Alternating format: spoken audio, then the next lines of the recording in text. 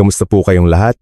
Ako po si Dr. Magtanggol Po at sa araw na ito, susuriin natin ang paksang ang lihim na panganib ng luyang dilaw sa iyong bato. Mga minamahal, sa mga oras na ito, mayroon ba kayong nakalagay na garapon ng luyang dilaw o turmeric powder sa inyong hapagkainan? At naitanong nyo na ba sa inyong sarili kung ang bagay na ito na tinaguriang himalang gamot o miracle cure ay posible palang tahimik na sumisira sa inyong mga bato? Marami sa ating mga Pilipino ang naniniwala na ang luyang dilaw ay nakakatulong sa pamamaga, naglilinis ng katawan at nakakaiwas sa paghina ng memorya, kaya naman araw-araw itong iniinom bilang isang healthy habit. Pero may mga pagkakataon ba na nagtataka kayo? Bakit kahit ilang buwan na kayong masugid na umiinom ng luyang dilaw, pakiramdam nyo ay pagod pa rin ang inyong katawan? Bakit parang laging kabag o bloated ang tiyan nyo o kaya naman ay biglang lumabo ang kulay ng inyong ihi? Bihira sa atin ang mag-aakala na ang luyang dilaw na kinakain natin para lumakas sa ilang partikular na sitwasyon ay pwedeng maging sanhi ng malalang pinsala sa bato. Ito ay maaring magtulak sa pasyente sa isang buhay na nakadepende na sa dialysis machine. Ako po ay isang espesyalista sa sakit sa bato o nephrologist na mahigit sa 35 taong karanasan dito sa Pilipinas at matagal na akong kasama sa pag-aalaga ng kalusugan ng ating mga lolo at lola. Ang pinakamasakit na bahagi ng aking trabaho sa pagtakbo ko sa pagitan ng emergency room at operating room ay ang makita ang mga matatanda na isinusugod sa ospital kung kailan huli na ang lahat at sira na ang kanilang mga bato. Nangyayari ito dahil lamang sa sobrang paniniwala sa mga sabi-sabi na ang isang bagay ay mabuti sa kalusugan kaya ginagamit ito ng walang sapat na kaalaman. Ang luyang dilaw mismo ay walang kasalanan. Ngunit kapag kinain nyo ito kasabay ng mga maling pagkain, ang luyang dilaw ay hindi na gamot na sumusuporta sa katawan. Ito ay nagiging isang time bomb na tahimik na wawasak sa inyong bato. Ngayon, ibinabahagi ko ang nilalamang ito ng may matinding pagmamalasakit na para bang pinoprotektahan ko ang bato ng sarili kong pamilya. Ang layunin ko ay tulungan kayong mabawi ang nawalang kalusugan at maunawaan kung ano ang tamang paraan upang maprotektahan ang inyong bato sa pangmatagalang panahon. At para hindi nyo mapalampas ang mga mahalagang impormasyong medikal na tulad nito, pakiusap po, mag-subscribe na kayo sa ating channel ngayon din. Ang isang maliit na desisyon ngayon ay pwedeng gumawa ng malaking pagbabago sa kalusugan nyo at ng inyong pamilya sa mga susunod na taon. Kaya, ano nga ba ang mga pagkaing isinasabay sa luyang dilaw na nagdudulot ng seryosong pinsala sa bato? Ngayon din, hihimayin natin ang katotohanan ng malinaw at base sa siyensya.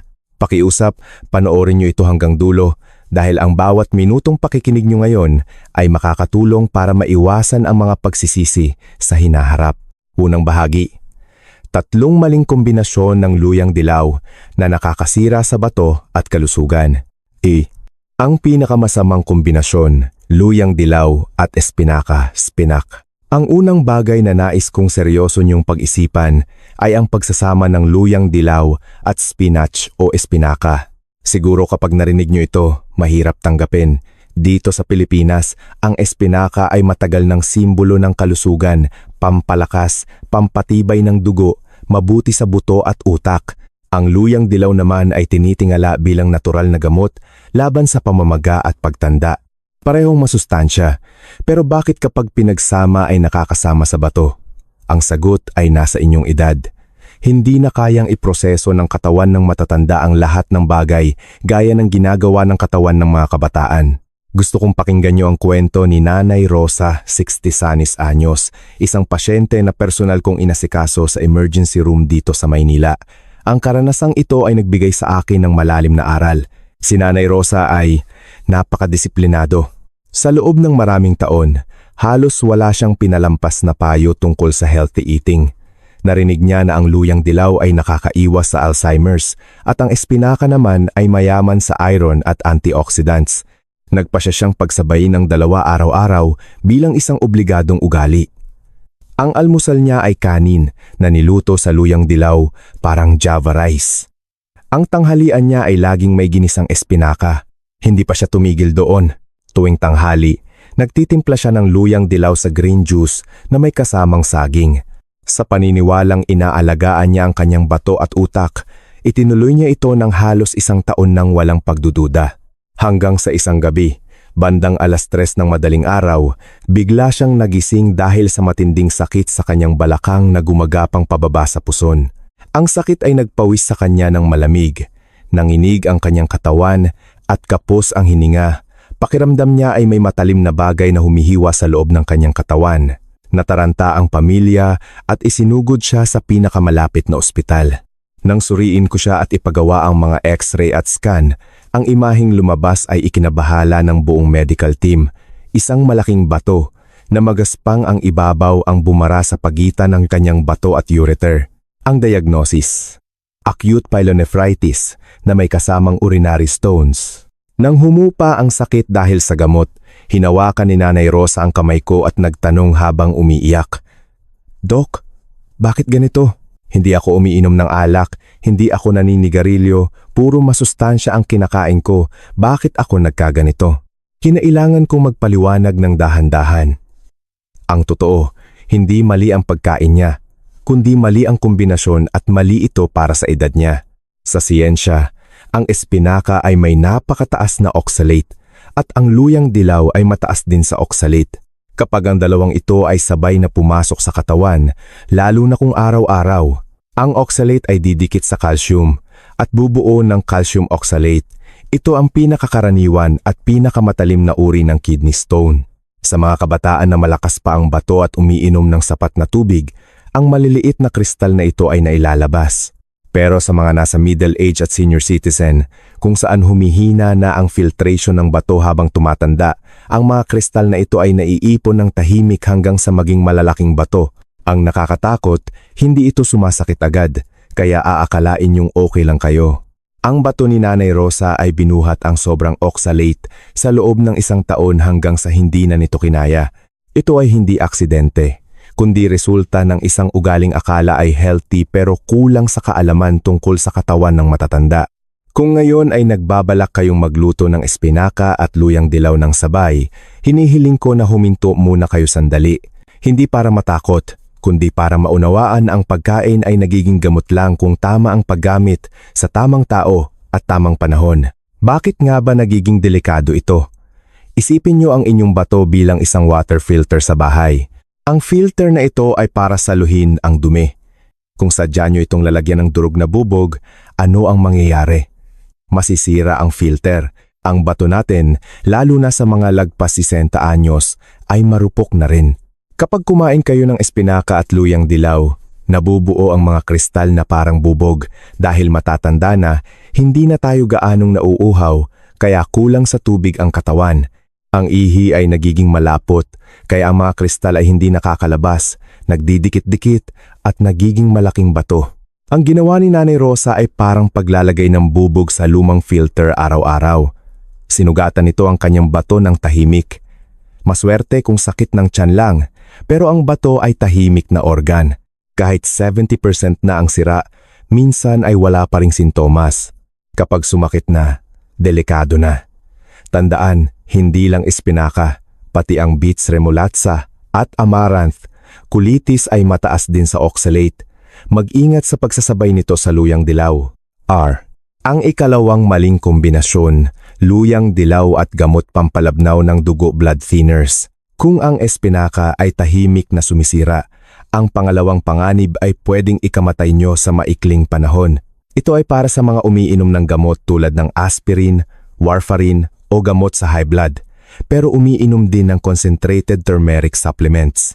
Hayaan niyong ikwento ko si Tatay Lito, 70 anyos. Ilang taon na ang nakararaan, na-stroke siya ng bahagya. Kaya naman, mahigpit siyang umiinom ng aspirin araw-araw ayon sa utos ng doktor. Dahil takot maulit ang stroke, naghanap siya ng paraan para luminis ang kanyang ugat. May nagsabi sa kanya na ang luyang dilaw ay maganda sa sirkulasyon ng dugo. Bumili siya ng turmeric capsules o yung mga purong luyang dilaw na nabibili sa drugstore o online. Akala niya kulang ang gamot, kaya sinabayan niya ng turmeric capsules umaga at gabi. 1 linggo lang ang lumipas, nangyari ang trahedya. Hating gabi, nagising si Tatay Lito na uhaw at naramdaman yung basa ang una niya. Nang buksan niya ang ilaw, halos himatayin siya. Ang una niya ay punong-puno ng sariwang dugo. Tumutulo ang dugo mula sa ilong niya nang walang tigil. Nagpanik ang pamilya, nilagyan ng yelo pero ayaw tumigil ng dugo. Napuno na ang lababo ng dugo. Isinugod siya sa emergency room. Karaniwan, ang nosebleed o balingingoy ay tumitigil sa 10,020 minuto. Pero kay Tatay Lito, mahigit 2 oras na. Nang makita ko siya, maputla na siya. Tanong niya, "Dok, bakit ayaw tumigil? Putok na ba ang ugat sa utak ko?" Nang malaman ko na umiinom siya ng aspirin at turmeric concentrate, naging malinaw ang lahat. Ang aspirin ay pampalabnaw ng dugo. Ang luyang dilaw ay may anticoagulant properties din. Kapag pinagsama, hindi lang ito nagdagdag ng epekto. Pinalala nito ng sobra ang paglabnaw ng dugo para na itong tubig. Nawalan ng kakayahan ng katawan niya na magklat o magpahinto ng dugo. Sa mga may edad, manipis na ang mga ugat. Ang pagsasabay ng gamot at turmeric concentrate ay parang pagbubuhos ng gasolina sa apoy. Isang maliit na sugat lang sa tiyan ay pwedeng magdulot ng internal bleeding. O mas malala, pagdurugo sa utak. Tandaan, kung kayo ay naka-aspirin o gamot sa puso, ang luyang dilaw ay hindi na lang basta pampalasa. Sa concentrated form, para na itong gamot. Kung konting luyang dilaw sa ulam, pwede. Pero yung mga capsule o tea na sobrang tapang, iwasan kung may maintenance na gamot, maliban kung may go signal ng doktor. Kung sa tingin nyo ay mahalaga ang payong ito, paki-comment ang number 2 sa ibaba para malaman ko na nakikinig pa kayo at nagmamalasakit sa inyong kalusugan. Number 3. Ang ikatlong maling kombinasyon, luyang dilaw at bato sa abdo-gallstones o anemia. Bukod sa pagdurugo, may isa pang panganib na madalas binabaliwala ng mga nasa middle age. Ito ay tungkol sa atay liver at abdo-gallbladder. Kung kayo ay may gallstones o bato sa abdo o madalas nakabaging pagkatapos kumain ng mamantika, makinig kayong mabuti. Ikwento ko si Mang Ben, 68 anyos. Mahilig siya sa matatabang pagkain at paminsan-minsang pag-inom ng beer kasama ang barkada. Narinig niya na ang luyang dilaw ay maganda sa atay at detox. Bumili siya ng turmeric pills. Unang mga araw, guminhawa ang pakiramdam niya. Pero makalipas ang kalahating buwan, matapos ang isang mamantikang hapunan at pag-inom ng turmeric pill, bigla siyang nakaramdam ng napakatinding sakit sa kanang bahagi ng tiyan sa ilalim ng tadyang. Ang sakit ay parang pinupukpok ng martilyo ang loob ng tiyan niya. Namimilipit siya sa sakit at naninilaw na ang kanyang balat at mata. Dinala siya sa ospital. Ang ultrasound ay nagpakita na ang isang bato sa abdo-gallstone na dati ay tahimik lang ay napuwersang lumabas at bumara sa bile duct. Namaga ang kanyang abdo. Kinailangan siyang operahan at tanggalin ang abdo ng gabing iyon. Nang magising siya, tinanong niya ako, "Dok, sabi nila maganda ang luyang dilaw sa abdo. Bakit muntik na akong mamatay?" Ang sagot, ang luyang dilaw ay nagpaparami ng bile o abdo at pinipiga nito ang gallbladder. Kung walang bato, maganda ito panglinis. Pero dahil may bato sa abdo si Mang Ben, ang malakas na pagpiga ng luyang dilaw ay nagtulak sa bato papunta sa makipot na daanan, kaya ito bumara. Parang hose na may bara na pinuwersahan ng tubig, puputok ito. Kaya kung may hinala kayo na may bato kayo sa abdo, mag-ingat sa luyang dilaw. Isa pa, ang curcumin sa luyang dilaw ay inaagaw ang iron o bakal sa katawan. Kung kayo ay anemic o kulang sa dugo at mahina na ang absorption ng tiyan dahil sa edad, ang luyang dilaw ay pwedeng magpalala ng anemia. Magdudulot ito ng pagkahilo na pwedeng maging sanhi ng pagkatumba at pagkabali ng buto sa mga matatanda. Ikalawang bahagi, 3 gintong susi para maging miracle cure ang luyang dilaw. Dapat na ba nating itapon ang luyang dilaw? HIND. Ang luyang dilaw ay biyaya ng kalikasan. Ang problema ay ang maling paggamit. Bilang doktor na 35 taon nang naglilingkod, sasabihin ko sa inyo ang sikreto. Ang luyang dilaw ay magiging gamot lang kung gagamitin nyo ang 3 gintong susi. 1. Unang susi, paminta, black pepper. Marahil natatawa kayo. Paminta lang? Opo. Ang paminta ay may piperin. Kung walang piperin, ang curcumin ng luyang dilaw ay inilalabas lang ng katawan at hindi nasisipsip. Sabi sa pag-aaral, ang konting paminta ay nagpapataas ng absorption ng luyang dilaw ng hanggang 2,000%. Ang paminta ang gatekeeper o tagabukas ng pinto ng inyong tiyan. 2. Ikalawang susi, mantika, good oil. Marami ang nagtitimpla ng luyang dilaw sa tubig lang. Mali iyon. Ang curcumin ay oil-soluble, natutunaw lang ito sa mantika. Kailangan ito ng sasakyan. Gumamit ng coconut oil, olive oil, o kahit konting mantika sa ulam. Kung sa tubig lang, hindi ito makakarating sa inyong dugo. Sayang lang. 3. Ikatlong susi, init. Pagluluto. Para sa mga matatanda na mahina na ang tiyan at bato, dapat niluluto ang luyang dilaw.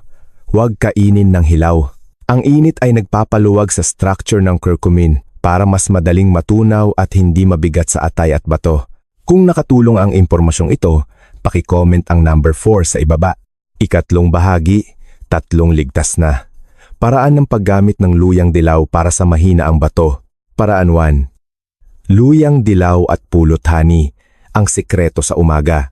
Sabi nga ng matatanda, simulan ng araw sa mainit at natural. Ang luyang dilaw na may pulot honey ay perpekto sa umaga. Benepisyo. Ang pulot ay may healing properties at ang luyang dilaw ay anti-inflammatory. Pinoprotektahan nito ang tissue ng bato mula sa pamamaga. Nagpapalakas din ito ng resistensya laban sa sipon at trangkaso. Paano gawin? Kumuha ng 1 kutsaritang turmeric powder at 2 kutsaritang honey at ihalo sa 150 ml na maligamgam na tubig. Hindi kumukulo. Inumin ito 15,020 minuto pagkatapos kumain ng almusal. Huwag inumin ng walang laman ng tiyan para hindi sumakit ang sikmura. Paraan 2. Luyang dilaw at gatas warm milk para sa mahimbing na tulog. Maraming senior citizen ang gising ng gising sa gabi para umihi nokturya. Benepisyo. Ang gatas ay may tryptophan na pampatulog. Ang luyang dilaw ay nagpapahupa ng pamamaga ng urinary tract. Ang golden milk na ito ay nagpapainit ng katawan at nagpapakalma sa pantog bladder para hindi kayo ihi ng ihi. Paano gawin? Uminom ng 150 ml na mainit na gatas. Pwedeng almond milk o soy milk kung bawal ang dairy, na may 1 kutsaritang luyang dilaw bago matulog. Paraan 3. Sabaw na may luyang dilaw, luya at isda para sa tanghalian. Ito ay parang ang ating nakasanayang tinolang isda o suam na nilagyan ng luyang dilaw. Benepisyo. Ang luya ginger ay nagpapainit ng tiyan at tumutulong sa panunaw. Ang isda gaya ng bangus, tilapia o lapu-lapu ay lean protein na hindi nagpapahirap sa bato. Paano gawin? Magisa ng luya at luyang dilaw. Ilagay ang isda at sabaw. Lagyan ng gulay tulad ng malunggay o pechay. Huwag masyadong maalat. Ang ulam na ito ay kidney-friendly, nakakatulong sa atay, at nagbibigay lakas sa tanghali. Kung handa na kayong subukan ito, mag-comment ng number 6 sa ibaba. Ika-4 na bahagi. Mga pagkakamali ng mga taong mahina ang bato sa paggamit ng luyang dilaw. Huwag nating sayangin ang ganda ng luyang dilaw dahil sa maling akala. 1. Maling akala. Mas marami, mas maganda. Mali po. Ang katawan natin ay may limitasyon. Ang sobrang curcumin ay nagpapahirap sa atay at bato na mag-filter. Tama na ang 1/2 kutsarita ng turmeric powder sa isang araw. 2. Maling akala. 2. Pag-inom ng walang laman ng tiyan. Ang luyang dilaw ay maanghang at mainit sa tiyan. Kapag ininom nyo ito pagkagising na walang laman ng tiyan, sisirain ito ang lining ng sikmura nyo. Laging kumain muna. 3. Maling akala. 3. Luyang dilaw ang gamot sa sakit sa bato. Ito ang pinakadelikado. Ang luyang dilaw ay supplement o suporta lang. Hindi ito kapalit ng gamot na nireseta ng doktor. Huwag itigil ang inyong gamot sa dialysis o high blood dahil lang umiinom kayo ng luyang dilaw. Bilang pagtatapos. Ang luyang dilaw ay parang kutsilyo. Pwedeng gamiting pangluto, pwede ring makasugat kung mali ang hawak. Tandaan ng 3 babala. 1. Huwag pagsabayin ng luyang dilaw at espinaka. 2. Mag-ingat kung umiinom ng aspirin o pampalabnaw ng dugo. 3. Mag-ingat kung may bato sa abdo, Gamitin ang 3 gintong susi, paminta, mantika, at init. Tumingin kayo sa inyong kusina. Ang kalusugan ay hindi nagsisimula sa mamahaling gamot, kundi sa tamang kaalaman sa ating kinakain araw-araw. Ako po si Dr. Magtanggol po. Laging handang umalalay sa inyong paglalakbay tungo sa malusog na buhay. Kung nagustuhan niyo ito at marami kayong natutunan, paki-comment ang number 8 sa ibaba. Maraming salamat sa pakikinig. Hangad ko ang inyong kaligtasan at mabuting kalusugan. Mabuhay kayong lahat.